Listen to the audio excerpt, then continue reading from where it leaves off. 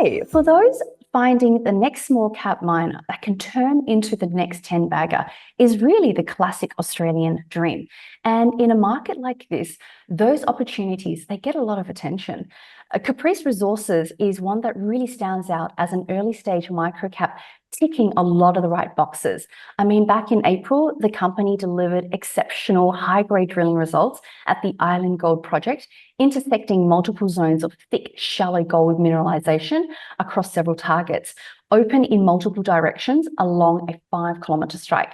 The stock jumped about 150% on the back of those results, and since then, momentum has continued to build. With that in mind, I'd really like to welcome Luke Cox, the CEO of Caprice Resources. Hi, Luke. How are you? Yeah, not too bad. Yourself? Yeah, really good. Well, look, I'm very excited after that intro. So I want to dive back straight in. I mean, for those new to Caprice, can you give us a quick overview of the company and your main focus right now?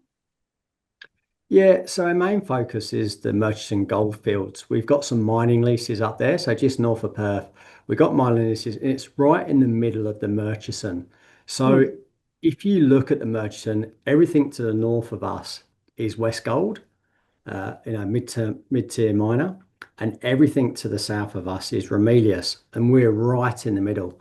Now, there's a fair bit of history with our projects. They are on mining leases, they're active. I'm actually the mine manager. But the thing that's quite intriguing about the Island Gold project, it was mined over 100 years ago, and they were mining high-grade gold. And we've recently come in, and what we're doing, we've taken samples from the surface, we're going deeper, and we've actually drilled down to 200 meters, and we're still hitting the gold. And that's probably something we can discuss in more detail as we get through the interview. Tremendous. Look, the Island Gold project has been getting a lot of attention. I mean, what makes this project stand out in such a prolific gold district?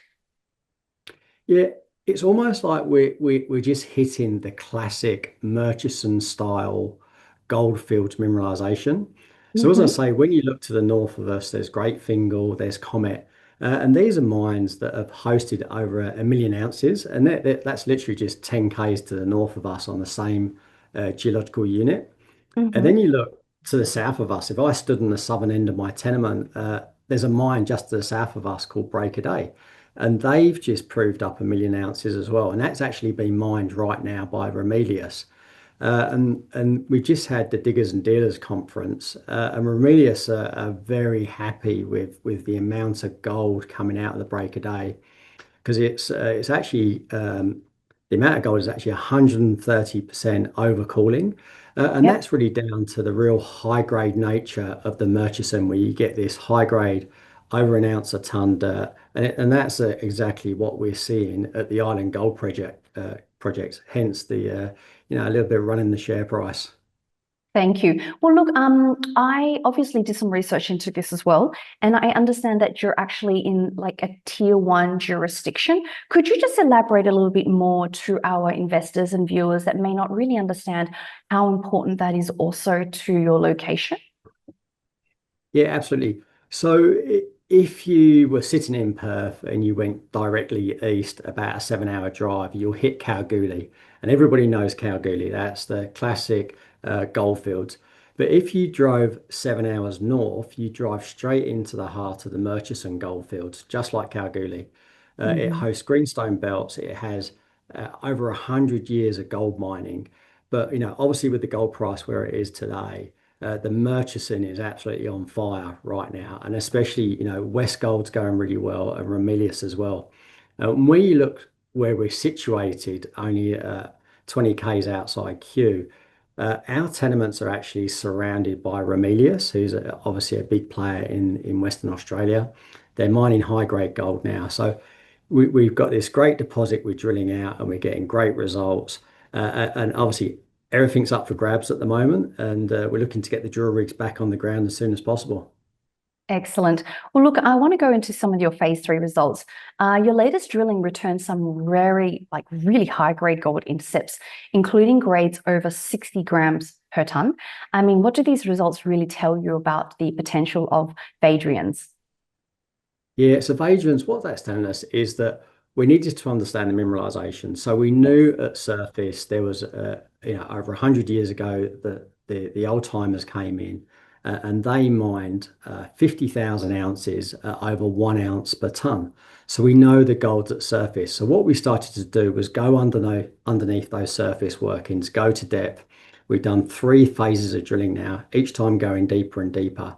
Really, the last set of assay results we just got back, the actual strike extent of Vadrons is over 400 meters now, and there's Mm. extensions to the north and the south.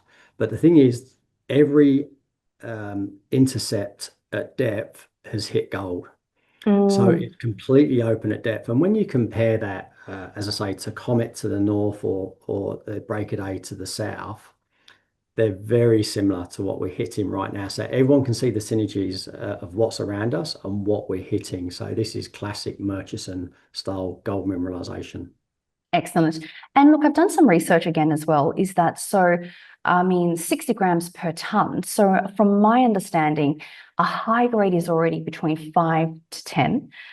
Very Yeah. high is 10 to 30. And then you've got even ultra high is already 30 per ton. And if I'm not mistaken, it's 60 grams is the bonanza. Is that correct? Yeah, so yeah, if you talk about bonanza grades, that's when you get in your ultra high grade. Mm-hmm. But with modern day mining techniques, you can mine underground anything down to, with the gold price where it is today, you can mine anything down to 3 grams a ton. So we're way above that now. We've drilled to depth. We're still seeing the gold there. We're still seeing it's quite nuggety, and also it's free gold. When I say it's free, Mm-hmm. it's easy to separate from and liberate from the rocks that host it. So it's becoming now we're understanding mineralization. We're also the area that we're on, which is all mining leases. It's actually 5 kilometers long and a kilometer in width. Mm-hmm. And what we're starting to see is gold mineralization all over that area. And probably one of the things we'll talk about is new discoveries as well. Correct. I'm diving right into that now. I mean, you identified some new gold zones at the West Star and Condenser. How important are these discoveries then for the overall project? Yeah, so because we've only been drilling the Island Gold project for about 6 months now, Okay. and that was three programs. Mm-hmm. And what we found is when we hit Vajans, we came in very shallow, uh, and it was just one hit. So there was one intercept, and we said, okay, well, it's quite good grade. We'll follow this to depth, and it kept on going, and it's still Mm-hmm. open. We still got to find the bottom of this thing. And if you compare that to any of the other gold mines in the area, these things can go over a kilometer to depth. Now, what we did, we stepped to the south, nearly a kilometre to the south, and we've had Mm-hmm. a very similar hit in condenser.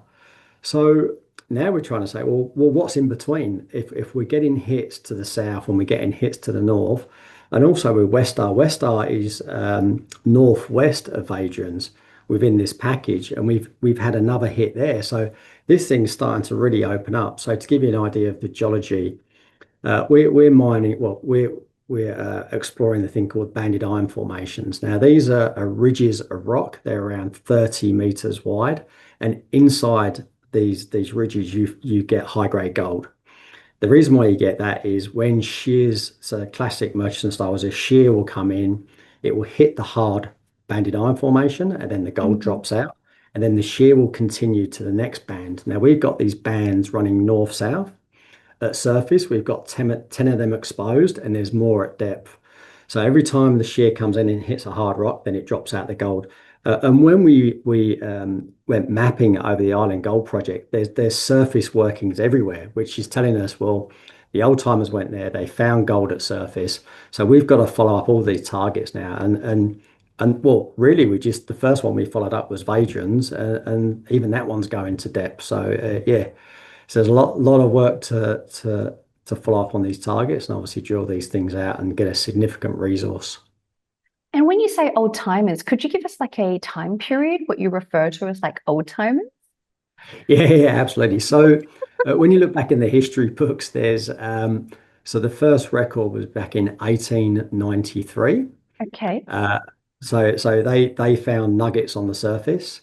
They did shallow workings. And Mm-hmm. then over 50 years, you got into, I think it was around just before the First World War and the Second World War, explorers came in, they started to develop surface workings. And at one point, there was a whole town on our project site.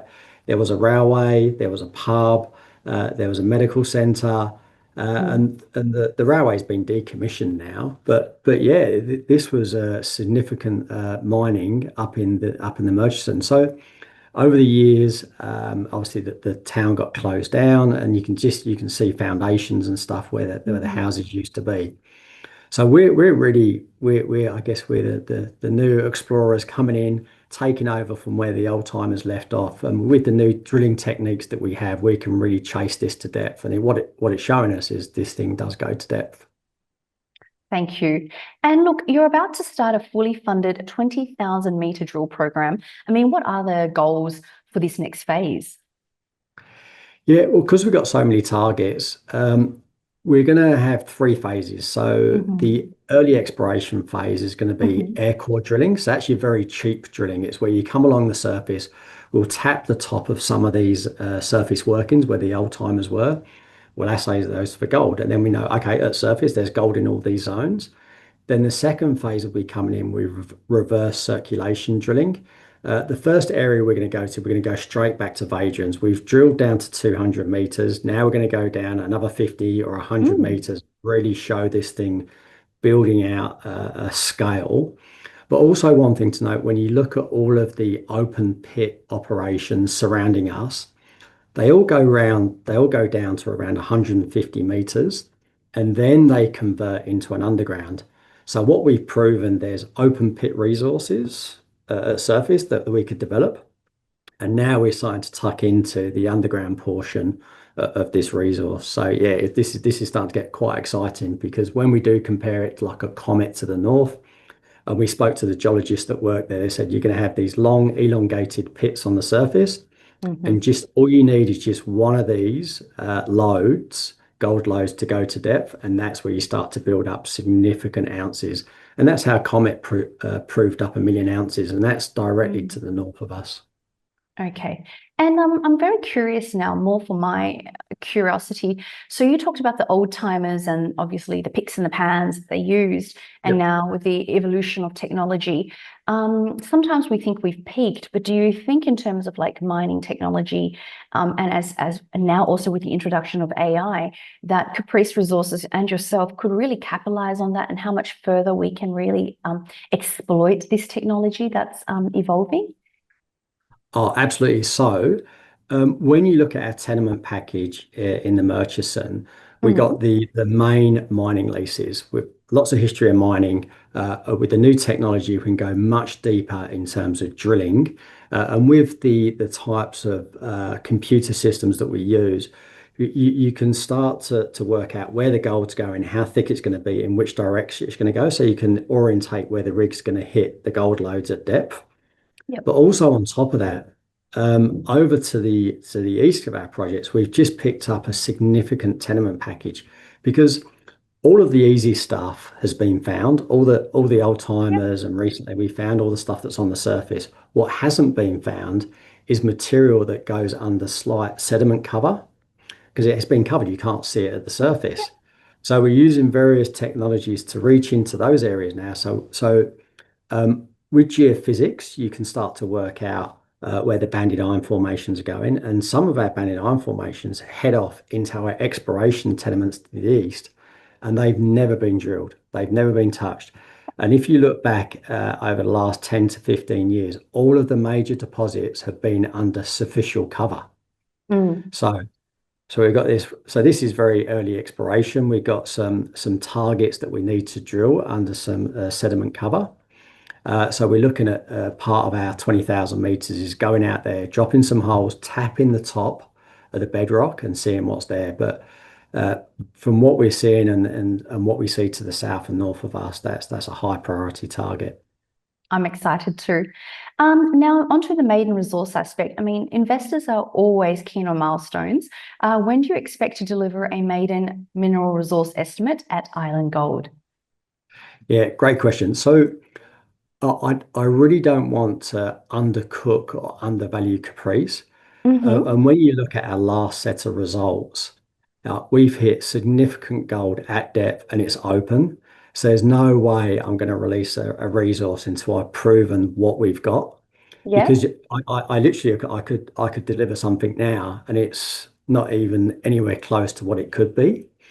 So it's really right. Well, let's go and do a few more rounds of drilling. Let's prove up what we got, Mm-hmm. and then if we get to a significant level of ounces, then we would come out with a resource. But at this point, this is way too early, and I really don't want to undercook what we believe we've got. Sure. And when you say a few more rounds of drilling, are we talking about another two or three? And is that happening within the next 6 months or 12 months? Yeah, so that's going to be over the next 6 months. That's the next 20,000 meters. And Mm-hmm. really, and as you drill, it depends what you hit. So if we start to see significant gold continuing to depth, then you'll see us ramp up pretty quickly with the gold price where it is right now, which is like all-time highs, and there's a lot of talk in the market that it's potentially going to go slightly higher that we will be encouraged, we will be financed. I mean, we've got 7 million in the bank at the moment.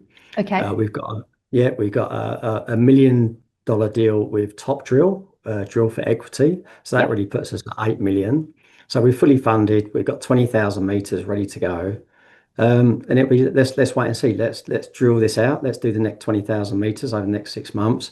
Lots of news flow that will come from that with the assay results. But I think the reason why, the share price has gone for a bit of a run, Mm. people have looked at the history books. Just have a look at Break a Day. Just go and have a look at Comet. And they are literally what Comet's to the north of us, Break a Day's to the south of us. They both proved up 1 million ounces. And you can see how their deposits unfolded with drilling. Mm-hmm. And everyone's looking at Vadrons and go, oh, we've seen this before. And this turned out quite nicely. So, you don't know until you drill. So hence why the drill rigs are going back out there and going to start dropping some deep holes. But I think it's quietly promising. Look, Island Gold sits right on the Great Northern Highway in the Murchison Goldfields, surrounded by major mines and processing plants. How does this actually benefit Caprice? Yeah, so the first one is having that Great Northern Highway. So that's the Mhm. artery Yep. that goes from Perth. It goes up to Mount Magnet, then Hmm. Kew, we are, then goes to Meekatharra, and then it goes up to the Pilbara. So that's a major supply line of Western Australia. And on that road, if you stood there on a daily basis, you would see over 100 trucks with ore, gold ore, in those trucks, taking them either north to Westgold or Hmm. south to Mount Magnet, where the major processing facilities are. And we sit right in the middle of that.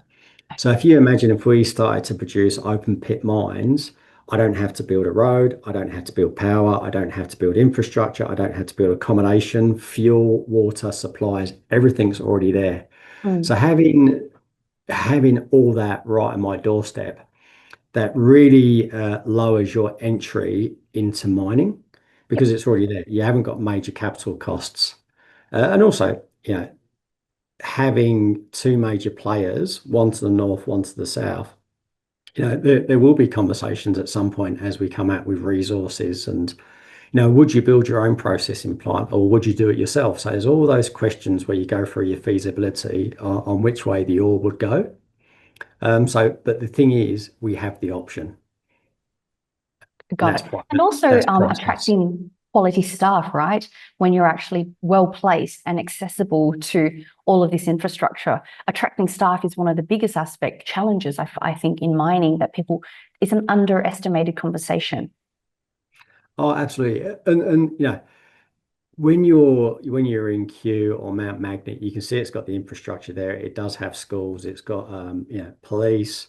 It's got everything like a classic mining town has. So you're not in the middle of the desert or you're in the middle of nowhere. You are in a region where you could either live locally or you can get buses to and from Perth. So it has all of those upsides to it. But also, I think whilst we're in this resource development phase, being so close to Q, I mean, the top drill team love coming to our site. It's easy drilling. the accommodations in Kew, so we stay at the Kew Hotel. So everything's set up, so it's a good place to work, and also we're quite the top drill been very productive on the ground in terms of Mhm. meters per shift. So it's been a good place to work. Thank you. And look, Caprice has also exposure to gold, copper, niobium, and rare earths in their West Arunta. I mean, how do you see these fitting into the growth story for Caprice? Okay, yeah. So when you compare both our projects, Mm. so gold, the Murchison, that's live, that's today, that's Yep. happening right now. Yep. Whereas if you look at early exploration, we have a significant land package in the West Arunta.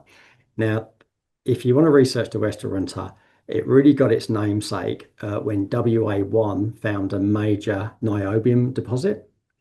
So now West Arunta is one of those areas that's it's like the last bastion of Australia that hasn't been explored. And then when WA1 found the niobium, things like but it went pretty crazy up there for a period. And then it came in a bit of a lull, but probably have a look at like the share price of WA1. They're back up at $20. They started at 20 cents, they're now at $20. Mm. Um, Tali Resources, they've just IPO'd. They're one of the biggest players in the West Arunta as well. So if Mhm. when you look at a map, everything to the north of us is WA1 and Encounter. Everything to the south of us is Tali. So we're wedged in a sandwich, Yeah. if you like, in the West Arunta. And the reason why we like that is that's very early exploration. This is country where you could find like a large IOCG, iron Mm. oxide copper gold deposit, or a gold deposit, or niobium. There's diamonds up there. Everything's up for grabs. But for us, our theme is, on the gold front and copper. But we're quite agnostic when we go up there. That when we start exploring, yeah, we'll keep our eyes open for everything that's available. But just with that, I think you'll find um, as more people go up there, as more money is invested into the West Arunta, there'll be more discoveries. So keep your eye on WA1 Encounter and Tali, and you'll see Caprice right in the middle. And what it is, it's actually a thrust system. So Mm. three thrusts. Mhm. The northern thrust is WA1 in Encounter, and that's where they got the niobium hits. The central thrust is Caprice, and the southern thrust is Tali. Got it. So yeah, it's a very interesting area. It's got all the right rock groups. It's proving up to be a very prospective area. So watch this space. But for us, near term, our focus is the Murchison Goldfields. Long term, then you can start to look at the West Arunta. And look, Luke, you've had a pretty spectacular in mining, and I know you even were a commodities analyst at Goldman Sachs during your days in London. I don't want this to be a leading question, but how exciting is Caprice for you? In this in your entire like career, because everything feels like it's leading up to some sort of peak, right? Yeah, I guess so. I hope I'm not going to peak too early, but yeah, I guess if you picked a commodity, so I've explored for gold. Mhm. I've developed gold mines. So Yes. I was part of the startup team for Evolution Mining. So when Okay. Conquest merged with Catalpa, I was part of the Catalpa team, and I Hmm. was with Evolution for many years, and that's why I progressed my career through geology, and then I went into mine management, became a mine manager. Then I Hmm. progressed into GM roles, so actually physical production. And then I started to work on mine startups and Hmm. feasibility work. So I've done quite a lot of that. So now I'm a CEO of Caprice. It's pulling all of those skill sets together. So at this point, I'm taking a project from early exploration. We're looking at mine development. I'll get this one into production. But also, when you do the feasibility, I understand, the commodity side of it. So the sale of gold, like do you Mm. hedge? What option agreement? Like spending time. So I worked at Rothschild, I worked at Goldman Sachs, I worked at Barclays Capital, Credit Suisse. So in those years when I was working back in London, I understand that the trading side, the actual sale of bullion as well. So not just bullion, it was precious and base metals. So, it's pulling all that skill set into one and really taking evolution into a development business. And now for Caprice. Look, I want to move into your funding position. I think earlier you mentioned you had a cash position of about 7 million. Can you update us on your exact cash position today, and how well funded are you to complete the upcoming 20,000 meter drill program, alongside with, I think you said Top Drill is also on a drill for equity program, am I right? Yeah, that's right. So the drill for equity program is I guess we decide when we use that. Mm-hmm. So that's an option we can put on the table at any point, and that's $1 million. So our actual cash position right now is 7 million. Mm-hmm. So I just looked at the books before this interview. So yeah, so there's 7 in the bank, and that will cover us easily for the 20 mil. So we got the cash to do the drilling. We're already planning and organising the startup of RC drilling, air core, and diamond drilling at the Mm-hmm. Island Gold project. So it's literally all in progress right now. We look to be drilling in early September, if not before. Mm-hmm. So yeah, and then we'll have assay results out shortly after that.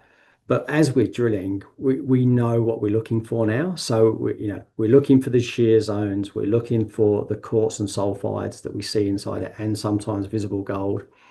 So we know exactly what we're looking for. So as we go deeper, we know when we've hit the ore. So yeah, we can build the picture up. We can start to go deeper again on this 20,000 meters. So yeah, all our options are open, and yeah, we're well funded.